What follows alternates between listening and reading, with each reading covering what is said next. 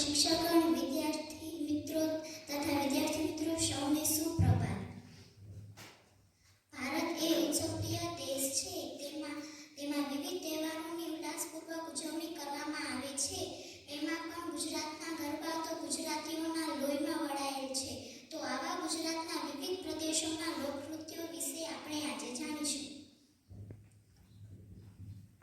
મંજીરા નૃત્ય એ ભારતના નળકાંઠામાં વસતા પટેલોનું લોકનૃત્ય છે. તેઓ મંજીરાનો કુશળતાપૂર્વક ઉપયોગ રાસમાં કરે છે.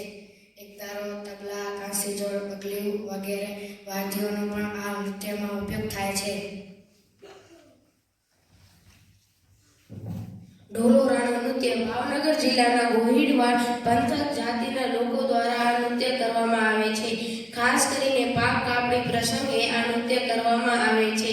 ચોમાસામાં ખડામાં પાક આવે ત્યારે આ નૃત્ય કરવામાં આવે છે.